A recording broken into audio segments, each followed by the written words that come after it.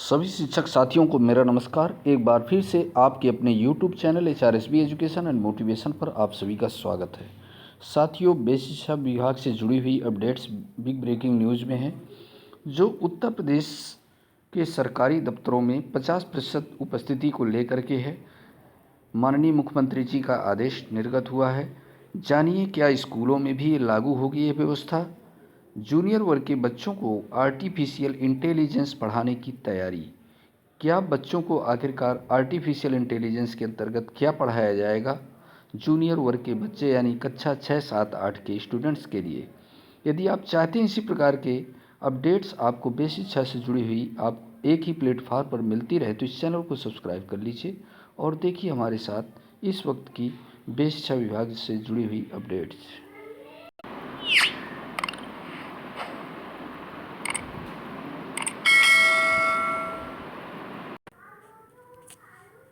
Junior वर्ग के बच्चों को आर्टिफिशियल इंटेलिजेंस पढ़ाने की तैयारी। कक्षा 6, 7 और 8 के विद्यार्थियों के पाठ्यक्रम में आर्टिफिशियल इंटेलिजेंस कृत्रिम बुद्धिमत्ता शामिल करने की तैयारी है। इससे छात्र छात्राओं में वैज्ञानिक सोच विकसित करने के साथ साथ उनके कौशल विकास पर भी जोर दिया जाएगा। जिन खिलौनों से खेलते बचपन बीतता है, उन्हीं की तकनीक को प्रारंभिक शिक्षा में ही विद्यार्थी सीखेंगे।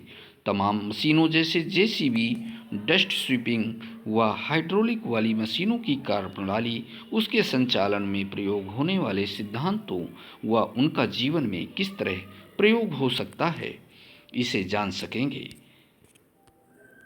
यह बदलाव लगातार हो रहे डिजिटलीकरण की राह को भी आसान करेगा। हालांकि अभी इसे पाठ्यक्रम में किस तरह शामिल करना है, इस पर अंतिम निर्णय नहीं हुआ है। राज्य विज्ञान शिक्षा संस्थान मंगलवार को आर्टिफिशियल इंटेलिजेंस को बच्चों को कैसे पढ़ाना है, अलग अलग विषयों में किस तरह उनका समावेश किया जा सकता है, इन सभी बिंदुओं पर मंथन के लिए विभिन्न कॉलेजों और महाविद्यालयों के शिक्षक एकत्र हुए।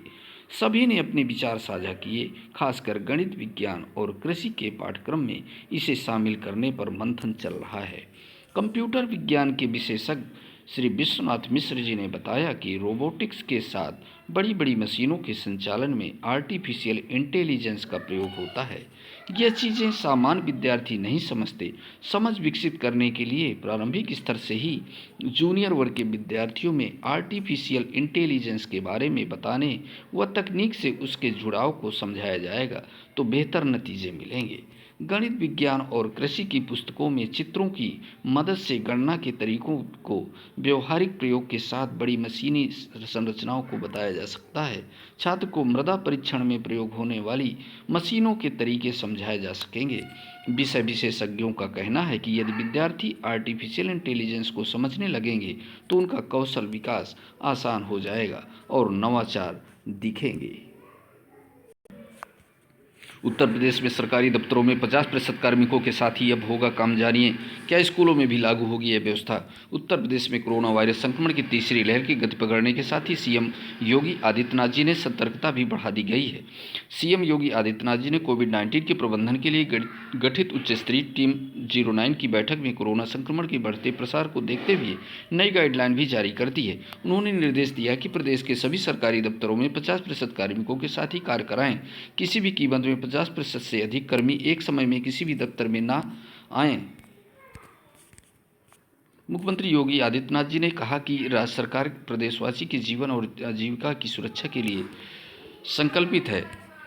इस दिशा में किए जा रहे प्रयासों के सकारात्मक परिणाम आ रहे हैं। बीते कुछ दिनों से प्रदेश में कोरोना के नए मामलों में देखने को मिल रही लोगों में पैनिक न हो, अतः उन्हें सही और समुचित जानकारी दी जाए। प्रदेश के सभी शासकीय निजी कार्यालयों में आवश्यक सेवाओं के अलावा एक समय 50% कार्मिकों की भौतिक उपस्थिति की व्यवस्था लागू की जाए। माननीय मुख्यमंत्री जी ने कहा कि हर जगह पर आवश्यकतानुसार वर्क फ्रॉम होम संस्कृति को प्रोत्साहित किया जाए। निजी क्षेत्र के कार्यालयों में सेवारत कोई कर्मचारी यदि कोविड पॉजिटिव होता है तो उसे भी न्यूनतम 7 दिनों का वेतन सहित अवकाश अनुबंध कराया जाए। सभी कार्यालयों में कोविड हेल्प डेस्क की स्थापना अनिवार्य रूप से हो। बिना स्क्रीनिंग किसी को प्रवेश न दें। इसके साथ सरकारी निजी क्षेत्र के सभी अस्पतालों में ओपीडी मरीजों के लिए ऑनलाइन अपॉइंटमेंट को प्रोत्साहित किया जाए। विशेष परिस्थिति में ही लोग मरीज अस्पताल आएँ। मरीजों के लिए टेक्निकल कंसल्टेशन की सुविधा विकल्प दिया जाना चाहिए। माननीय सीएम योगी आदित्यनाथ जी ने कहा कि बस, रेलवे स्टेशन, एयरपोर्ट पर टेस्टिंग के दौरान कोविड पॉजिटिव पाए जा रहे लोगों को संस्थागत आइसोलेशन में रखा जाए।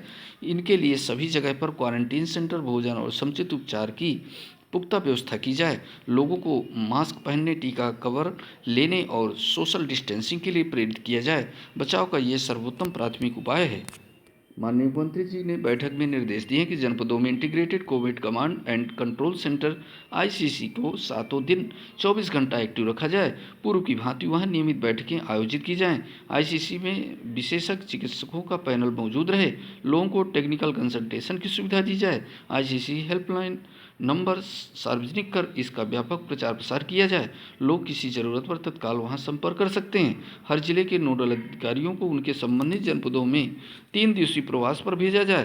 प्रवास के दौरान ये नोडल अधिकारियों जिला में कोविड ट्रेसिंग, टेस्टिंग, टीकाकरण, अस्पतालों की व्यवस्था, गौशालाओं के प्रबंधन, रैन बसेरों के इंतजाम आदि का निरीक्षण करेंगे।